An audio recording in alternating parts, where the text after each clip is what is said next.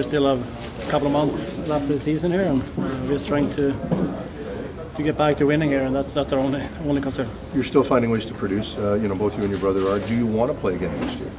Like I said, that's something we're going to talk about later on. It's nothing we are talking about right now, and we're not going to talk about it until that time comes. Do you think those conversations have to happen, though, ahead of the trade deadline for the organization to sort of shape its plans? Yeah, I'm sure they want to at least get an idea what's going on, and that's. But it's still weeks away from when the time comes, so we have time to discuss things with the people that want to know. Jim said yesterday that he would kind of like to know which way you might be leaning in terms of coming back next year. Do you think you need to provide that for the GM before the trade deadline? Which way you might be leaning, or at least give him an indication that you may want to come back?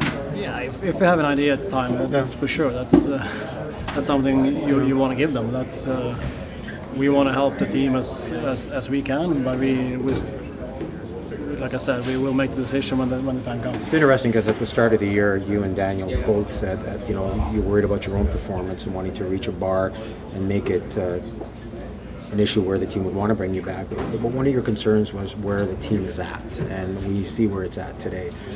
Is it disappointing, frustrating? Do you think it'll play into what you may do after this year, because the team is still in a major rebuild here? Yeah, but I think we have an exciting team here. It's the last couple of weeks can't take anything away from I think our group. It's we ran into some really tough injuries, but before that I thought we were playing a great type of hockey, and a hockey that we enjoy playing, and now we're healthy again, so we're gonna hopefully get back on the winning track and hopefully creep a little closer to the playoff spot. We know it's going to be tough, but like I said, the way this team is, where it's going right now, I think there's a lot of exciting things happening. And from a personal perspective, just to get back to being on the 55-point pace, the fact that you've almost got as many assists personally as you had all of last year. I mean, what is that doing for you personally to know that you're there, your game's there, your health is there?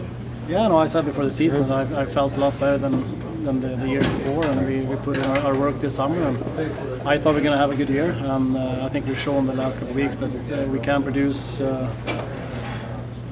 even this year. So it's but in the end it's not really about the way. I mean, if we would have a terrible year, maybe it would have made things easier, but if we put up 50 points or 35 or 25, that doesn't really matter. What are the factors? What matters?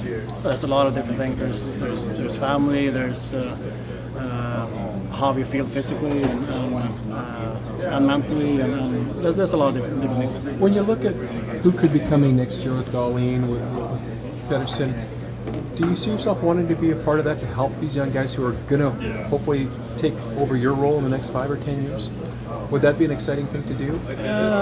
Yeah, I mean, it's always exciting to see young guys coming up, and we've had that for a few years now with Bo and now Besser this year and Sven. But there's going to be young guys coming up for a long time, so we can't stick around for every one of those guys. So.